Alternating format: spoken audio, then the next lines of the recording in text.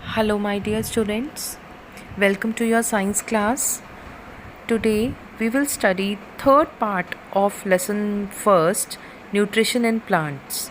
In the previous parts, we have studied about photosynthesis and heterotrophic plants. We have studied about parasitic plants and saprotrophic plants. Now, in this part, we will study about insectivorous plants.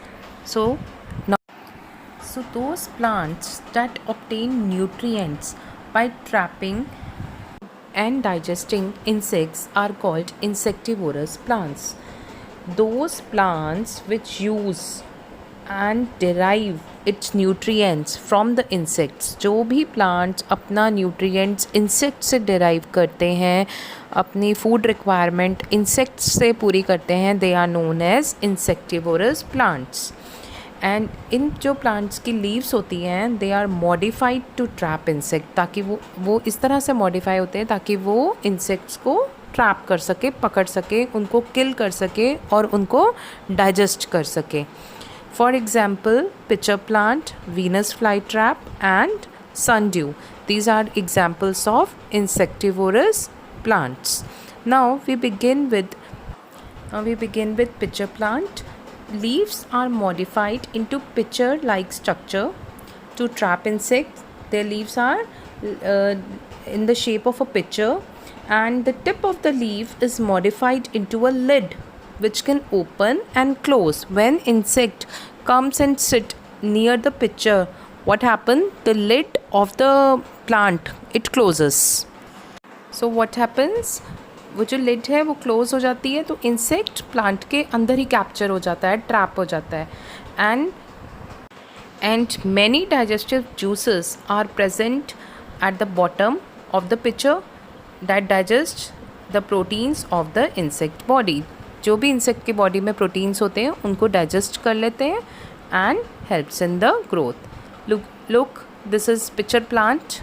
Okay, there is a lid on the top and shape is like a pitcher. Now next type of heterotrophic plants are symbiotic plants.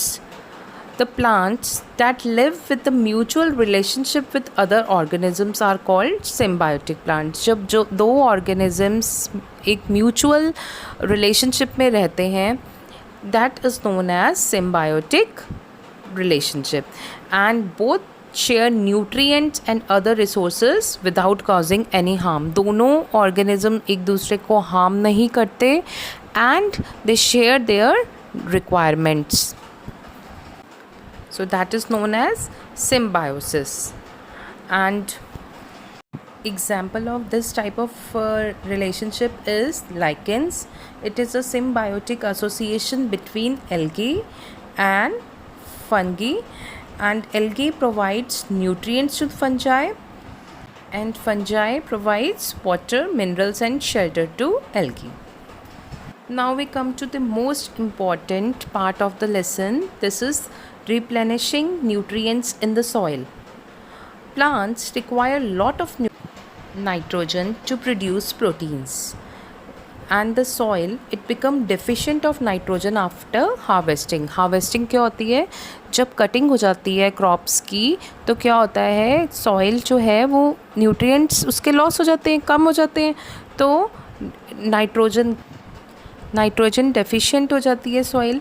So bacteria, rhizobium, they can take atmospheric nitrogen and convert into soluble form that can be absorbed by the plants.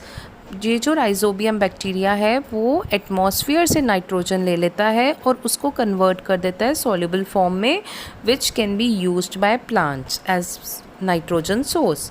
So rhizobium जो है वो क्या होता है, cannot make its own food. वो अपना खुद का खाना नहीं बना सकता. So it lives in the root nodules of leguminous plant. जो लेग्यूम्स होते हैं, लेग्यूमिनस प्लांट्स कौन से होते हैं? पी, बीन्स, ग्राम्स, वो इसके अंदर रहते हैं, इनके रूट्स के अंदर रहते हैं राइजोबियम बैक्टीरिया. और ये क्या करते हैं, ये बैक्टीरिया प्लांट को नाइट्रोजन रिक्वायरमेंट पूरी करके देते हैं. और जो प्लांट्स हैं वो इनको फूड और शेल्टर देते हैं बैक्टीरिया को. तो this association is very helpful to farmers. I hope you have understood the lesson. Thank you.